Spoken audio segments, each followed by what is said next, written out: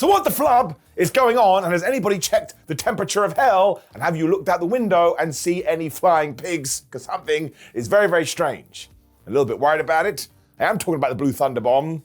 We'll get to it later. Otherwise, my friends, hello, welcome to Ups and Downs for SmackDown, the only wrestling review show you need, and I watch wrestling so you don't have to. And I'm going to take my finger of power. I'm going to give the good bits an up. I'm going to give the bad bits a down. And I also need to ponder life. Also, as we are here, I just want to thank everyone for their lovely words, because guess who was number 350 in the PWI 500? That's right, it was me, Simon Millie. That didn't work, I shouldn't have said it, but genuinely, I don't care if it makes me a nerd, I don't care if it makes me a geek, I'm presuming it's on the screen right now, I'm just pointing at things. This is like a mini goal I've had for ages. It made me feel warm and fuzzy in my tum-tum, as did all of you. You were just so kind to me, and I do not deserve it, so thank you very much. Next year, we're going to aim for 349. Slow but slow progress. Let's up those downs. Paul Heyman was then out to kick off SmackDown. He did Cody Rhodes' catchphrase because he didn't know what to talk about when he was like, do you know who's great? Seth Rollins, my new best friend. The crowd then started chanting OTC, and Paul was all like, I'd love to talk about him, but he is still in a local medical facility, courtesy of Bronson Reed. I was like, that happened about a month ago. There is no way Roman Reigns has been hospital for 4 weeks. He also put over Bron Breakker as a potential headliner of WrestleMania in 2040, and there is no way that is going to happen. In 15 years, Bron Breakker is not going to be the headline act of WrestleMania. Now, I've said that we can have a lot of fun, because we can tune back in 2040, although to be fair, I'll probably be dead. I did not like what Heyman did after this though, because he then said, oh, maybe we should talk about Brock Lesnar and all the controversy and all the rumors. Now there's two things to this. One, if you do know what he's talking about, just keep it out the storyline for goodness sake. It's bad enough we got here to begin with. But two, not everybody is a nerd, a geek like you and me. They may have been completely clueless here, so either talk about it or don't talk about it. I can't stand all this wishy-washy stuff as everyone kind of goes tee-hee-hee. Also, it's not a tee-hee laughing matter. I'm just going to give it a down and move on. I repeat myself, either make it a part of the thing or let's just move it aside. Cody Rhodes, of course, came off at this point, otherwise Paul Heyman would have had to said something. And he was like, I'm sorry I called you a goon last week. I hope he meant hired goon, because actually you were one of the smartest people in all of pro wrestling. Also, let's look at this picture from WrestlePalooza. That's you introducing Brock Lesnar, and that doesn't look like a one and done to me. I think something is up here, and I want to know the deal. Also realize, this is what I should point out, I'm very tan today. Otherwise the comments go nuts. I have a big wrestling match in progress tomorrow, and under the bright lights, unless you get super tanned, you look stupid. That was a weird tangent, let's carry on. Cody Rhodes then went through all of Paul Heyman's names, the Advocate, the Oracle, and even the Wise Man, and which one are you going to be? When Paul Heyman took the microphone and said, I am the GOAT, and given that Brock Lesnar has returned, everybody's in danger. Which I think probably says that maybe we're gonna do Cody versus Brock, but also arguably not too. Apparently, Lesnar is gone until the Royal Rumble. I mean, why do we even bother? It is so boring. He also told us that Brock isn't here this evening, because of course he's not, so out came Brock Breakker and Bronson Reed. And after Cody had gone, listen, this man is not loyal. He's gonna screw you, Mr. Reed, and Paul Heyman is gonna screw you, Mr. Breakker. They all got into a big fight, and because the wrestling match was not adding up in the American Nightmare's favor, he got his ass kicked. When Randy Orton's music hit, he came out, dropped them all with some RKOs, and that was that. Now listen, I do like the fact Randy Orton got involved here, because I'm still waiting for this Randy Orton-Cody Rhodes feud, but WWE are taking their time, which is a little bit strange. Also, just Randy Orton in general. He comes, he goes, he comes, he goes. I don't think that's his decision. I don't know, I'm speculating. I just kind of think we should use him more. So maybe this did feel a little bit directionless, because of course our next big feud is actually Seth Rollins versus Cody Rhodes at Crown Jewel, and Seth was not on this show, but I'm giving it an up, because Cody and Randy being together leads us one step closer to Cody versus Randy, or something like that, I don't know. I don't write the show, I got fired in 2004, which also isn't true. Sometimes I make that joke and people think I actually worked for WW Creative. I did not, but yes, a somewhat tepid start to SmackDown, but also maybe one that will have large ramifications down the line. We then got a big promo for the Street Profits, because nobody is going to be able to break them up, which probably means they are going to break up soon, which likely is the right idea. When they were taking on The Miz and Carmelo Hayes in a #1 contenders match for those tag team titles. Now I know The Miz and Carmelo have won some matches, but it doesn't feel like they've been on a tear, so this kind of felt random. Though actually, I like the finish of this match a lot. So raise my eyebrow for some reason. I'm excited. Sort of, maybe, kinda. It's also hilarious that Angelo Dawkins and Montez Ford keep getting these opportunities, but again, I do think it's going to end up with them going their separate ways, so it does make sense. And at one point, Angelo was trying to make the hot tag, and The Miz was like, ha, you ain't making no hot tag. When Montez Ford made the hot tag. I mean, if you didn't see that coming, I don't think you've watched wrestling before, but also that's great. You probably went wild, like, oh my God, he actually made it. I didn't think he was going to do that. Now, Melo got back in there eventually and actually got a 1-2 after the first 48 when he was like, well, I'm rocking and rolling. Let me go for nothing but net. When this absolute goober Miz, he tagged in. He stopped Carmelo Hayes from doing his finishing move. Of course, the Miz then got absolutely smacked. Montez Ford hit the splash of the frogs. This is why the ending was so good. Carmelo Hayes just watched on. And he probably thought to himself, you're an idiot, Miz. We were going to win, and you do this every single week, so I'm just going to let you get pinned. Sure, that has to be the end of the tag team. We can do a short feud and then push Carmelo. He's great.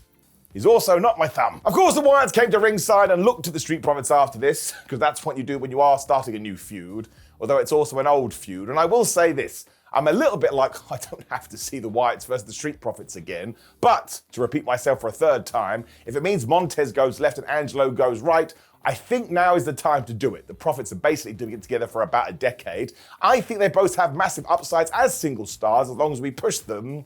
So I'm giving this an up. I actually think this is going to shift things on in a couple of weeks. Or at least I hope so. Or at least the seeds were planted. Let's go and grow a tree. Stephanie McIntyre then confronted Jade Cargill after Jade had gone, I'm going to win the WWE Women's Championship. And then Cargill looked at Stephanie and said, a storm is coming, come crown jewel. And Stephanie McIntyre was like, I'll be ready. So actually, when you broke this down, this was just a weather report.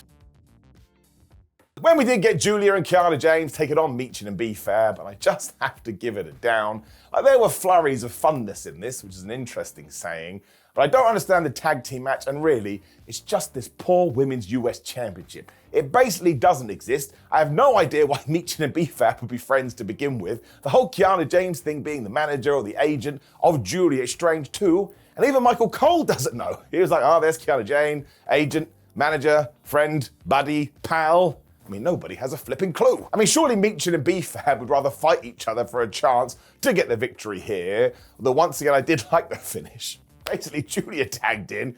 She just kneed Michin right in the face when she hit her Northern Lights bomb and she got the 1-2-3. So she looked like an absolute badass, but she needs to look like an absolute badass in singles matches after a good old build for that United States Championship. And everyone goes, well, she can't cut promos. Then you have to let her cut promos. That's how wrestling works. You can't get better unless you're doing the thing. Just don't understand it. And everybody in this, they're not like bad. You could do something with them, but it just felt so wishy-washy. And the match itself was fine. I'm still giving it down overall because this is my way of trying to manifest that US title to just become what the Intercontinental title is on Raw. This is me looking into Mondays, which is a strange thing to do, but WWE can clearly do this. Copy and paste, man. Nobody's going to mind. This really is a 2 + 2 = potato. I do not get it. Zarya and Sol Ruka from NXT were then my favourite people on the main roster because they found Charlotte Flair and Alexa Bliss and actually went, yeah, Geese title shot or give us a title shot. And Charlotte went, nope, that doesn't happen anymore. And even they were like, come on, man. You have done this so many damn times. When Alexa Bliss piped up and said, you better listen to Charlotte Flair, you absolute Poindexters. Well, I suppose they left to get themselves a match booked. And Charlotte was so proud of Alexa because essentially she'd been an asshole. Now, this lasted all of 2 minutes. I need more Charlotte Flair and Alexa Bliss and those women tag team titles on my television screen. Every time they get an opportunity, they always do something fun. This match is fine because, again, these championships can go to Raw, SmackDown, and NXT. So I don't mind you doing something with NXT people, especially because SmackDown was in Florida. But we need more. This is not a less is more situation. It's a more is more thing that I need. I'm basically a poet. Drew McIntyre didn't care about any of that though, and he stopped to the ring. As always, it was like, oh man, I got screwed at WrestlePalooza. I'm really sad about it. I was like, Drew, nobody can say they're really sad about what happened at WrestlePalooza unless you are a Care Bear. This is the problem with calling an event WrestlePalooza. He said it and I giggled, but that those words can never be in the same sentence. He mentioned they were in Florida as well, where he made his re-debut in NXT and where he won a world title in front of some screens, referring to the Thunderdome. But now look, he's back, and what happened at the pay-per-view, he got screwed because he was ready to kick Cody Rhodes right in the head through a table, and the referee stopped him, and he had Cody rolled up for about a 6 count, and what did the official do? Nothing. So it all comes down to the fact that Cody Rhodes is a champion, and he is abusing his power, and these officials are corrupt. Kiana then walked out, I presume, to try to protect the reputation of his show, and he was like, "Oh, Drew, you're so boring. Nobody wants to hear this anymore. Sometimes you win and sometimes you lose, so maybe you want to sort that out."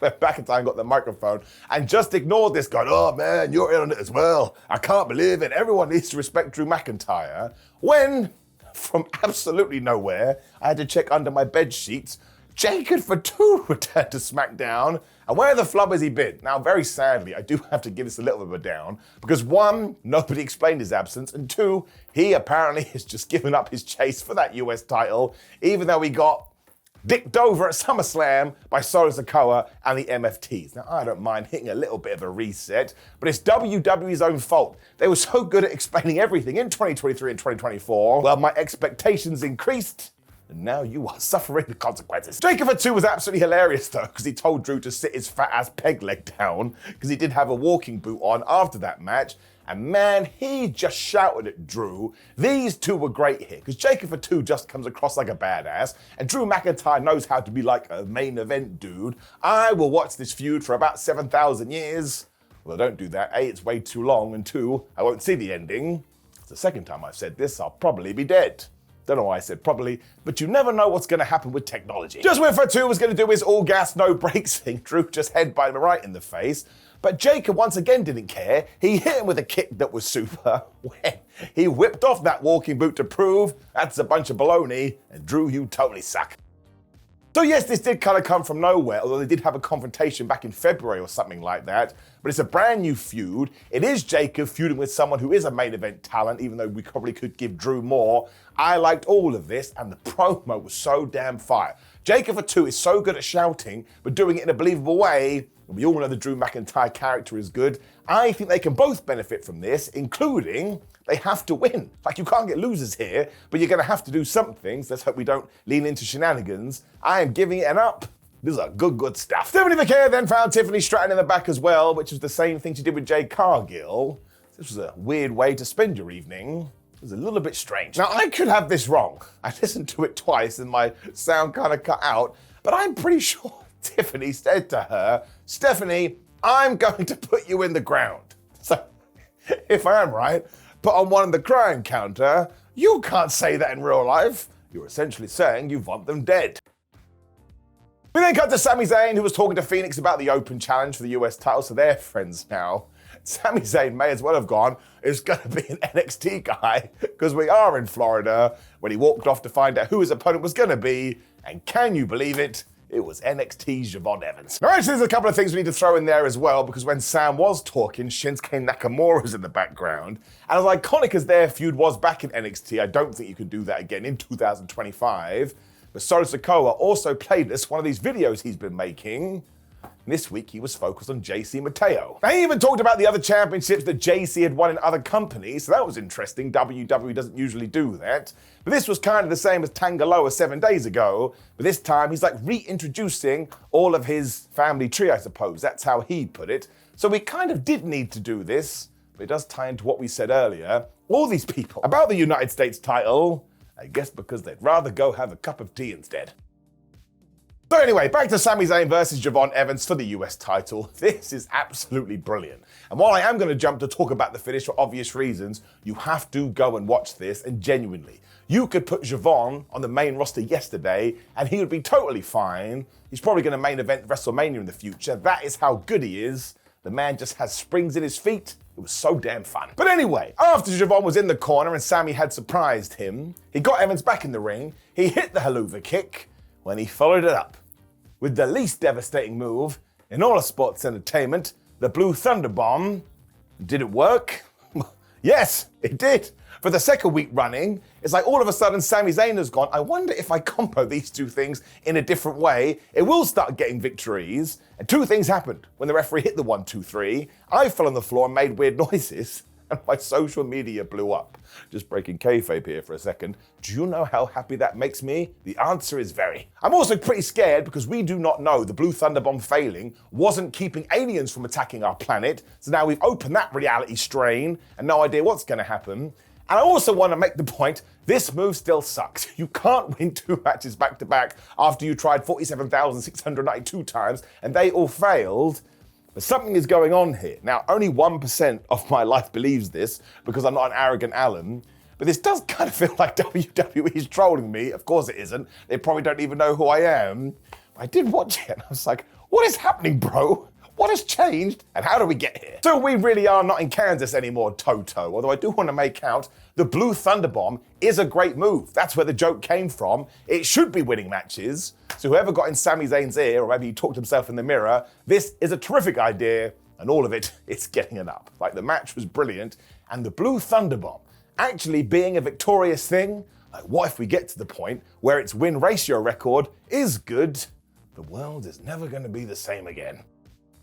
Chelsea Green and Alba Fire then decided to try and recruit Nia Jax using a flyer to the secret service, and Nia just ripped that up when she had her confrontation with Stephanie Becker, meaning Stephanie woke up this morning and went, I should go to SmackDown and I should just look all these 3 people in the faces. So that's what she did. I suppose that's the benefit of being a champion. You can do whatever the flub you want. It also turned out this Kit Wilson-Damian Priest is going to be a thing because they bumped into each other again. And Kit said to Damian, you are the personification of toxic masculinity. And then when Priest went after Wilson, he ran away and basically brained himself. I like Kit Wilson, he does make me laugh. When, of course, Damian Priest turned around and Aleister Black was there and he black masked him right in the face. Although he did wish him a happy birthday, so that was nice. And I suppose that must be true. So happy birthday to Damian Priest. He's a cool, cool dude. Now this feud never really goes anywhere and we probably need to give it more than 10 seconds in backstage skits in order to level it up. But I'm very happy that WWE is doing something with Kit Wilson.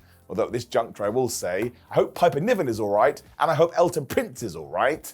They both seem to be in injury turmoil, or whatever the right word would be. Again, I just hope they are okay. Positive thoughts. But keep doing this with Kit Wilson. I like it, and I think it could be quite funny. We then got to our main event, Tiffany Stratton versus Jade Cargill versus Nia Jax for the Women's Championship. This is quite incredible. I have a lot to say about it, which is good. Otherwise, we just have to stand here in silence. Now, overall, I thought it was super duper fun and all 3 worked very well together, including at one point Tiffany Stratton giving a double chop kick to Nia Jax and Jade Cargill, where she also went for a dive. Now, put a 1 on the dive counter, but she didn't get all of this. But again, I can't comment. I tried to do a dive the other day, and 9 times out of 10 I do them fine. And then on this 10th one, well, that went a little bit wibbly wobbly too. Now, thankfully, my opponent caught me, but it just goes to show these things happen. And sometimes after the match, you have no flubbing idea why. We also got a brawl later on outside when Nia Jax threw Jade into some of the steel steps. And I don't know what happened here, but my gosh, Jade Cargill was properly bleeding. Like there was even blood on the floor. But for some reason, it made her look like a badass. Blood, eh? Makes no sense. Tiffany and Jade even teamed up at one point because, of course, Nia Jax is a big woman that slaps woman meat, so they had to take her down. And there was this great spot when both Jade and Nia were lying on the floor, and Tiffany Stratton did the PME. She got Jax, and then Jade broke it up at the 1-2. Ooh, that was good triple threat stuff. You also had Jade Cargill hitting this awesome version of Jade, which said Nia Jax broke up, and all of this was going fine until, yes, we got to the finish. And I'm going to do my best to explain this to you, but all of it was like a little bit wibbly wobbly. I want to point out beforehand, this thing did have jeopardy too, because I was convinced that maybe, just maybe, Jade Cargill was going to win. And that kind of happened, because she hit the eye of the storm, she had Nia Jax beat. I think Tiffany Stratton was meant to break this up, well she was, but she was a little bit late. So Nia Jax had to kick out. That's when Stratton did run in. She absolutely blasted Jade with this drop kick. When she then went to pin Nia Jax, and the referee went 1, the referee went 2, and then the referee decided this can't be a 3. And man, bless Nia Jax, I think she totally forgot where she was. And she just turned to the referee and kind of went shrug emoji, what are you doing? Before she remembered, wait a minute, I'm in an arena with thousands of people, and she did kick out. Now, I can kind of figure out what did go down here. I bet WWE want to do their favorite finish to a triple threat match, which is Jade Cargill hits a move, Tiffany Stratton gets rid of Jade Cargill, throws her out the ring, Tiffany gets the pin of Nia Jax, and then Jade Cargill can be like, why I order? You stole my move. But given that Nia Jax had just kicked out and then didn't suffer another move, it kind of felt like she should have kicked out on the second time before we just caught an audible. Tiffany Stratton hit the PME and she beat Nia Jax for the 1-2-3, and that rhymes, so it must be true. So fair play to all of them for at least getting it back on track, and here is the deal. Mistakes happen. I always say this on the show, but for some reason we have to keep going on a bit over and over and over again. Nobody ever wants to make a mistake, and believe you and me, nobody right now will feel more like, oh, man, I can't believe that happened, than everybody in this match and the referee, even though the referee isn't to blame at all. I mean, what do you want them to do? I still don't think it takes away from the overall goodness of the match, but yes, you do have to give it a down just because it took away from the finish. But that's not on any of these people. They're live, like I say, in front of lots and lots of individuals, and something went wrong part one, so then you get part two, and eventually you get to part three. I mean, how many times have you been at work and you go to hit L on the keyboard and somehow you knock your tea over and you spill it all over yourself, and then you're on fire because it is so hot and you have to go to the hospital? That happens all the time. Sometimes your brain and your body just fails you, so I cannot stand then going on social media and people being like, oh, they're the worst wrestlers of all time. Like, of course you're allowed your opinion, but believe you me, when you are in the ring, you can't account for anything. Sometimes, just to repeat myself, things go bad. And of course, like I say, it takes away from the match, so we will judge it, for lack of a better term, on that. But in terms of an overall piece, well, like I say, that's getting it up. The wibbly wobbly stuff gets a down. And actually, I have a personal down as well. I think Jade Cargill should have won the title here, because now, and I would assume WWE feels the same, they're trying to protect her, hence why she didn't take the pin, but they're also not giving her the championship. I just think at the moment that title's kind of lost its way a little bit, so this would have been a good way just to go on wha-ping and inject some life back into the thing. Now listen, you can absolutely argue that. It depends how your own tum-tum feels, but I would have given it to Jade, so in that sense, I am going to give it a down. I do hope she probably gets it before the end of the year. Like I say, I'm sure you disagree, and that's a good thing. We should be able to have these chats, but overall, I thought it was a super fun main event, and of course, afterwards, Stephanie McIntyre came out to look at Tiffany Stratton, and Tiffany Stratton looked at her, because they will be fighting off at Crown Jewel, and I would absolutely give the win to Stephanie.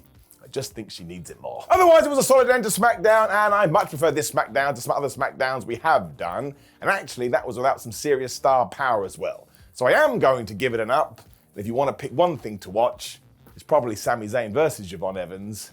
But again, the Blue Thunderbomb, man, things are never going to be the same again. Now, please do leave me a comment and let me know what you thought about last night's episode of SmackDown. Like the video, share the video, and subscribe. Click the video on the screen, which is ups and downs from Monday Night Raw. But otherwise, my friend, there are no pay-per-views this week, although I'm on pay-per-view tomorrow for Progress Wrestling, so you can tune in on that on Triller or go to Demand Progress. That's enough pumping from me. See you soon.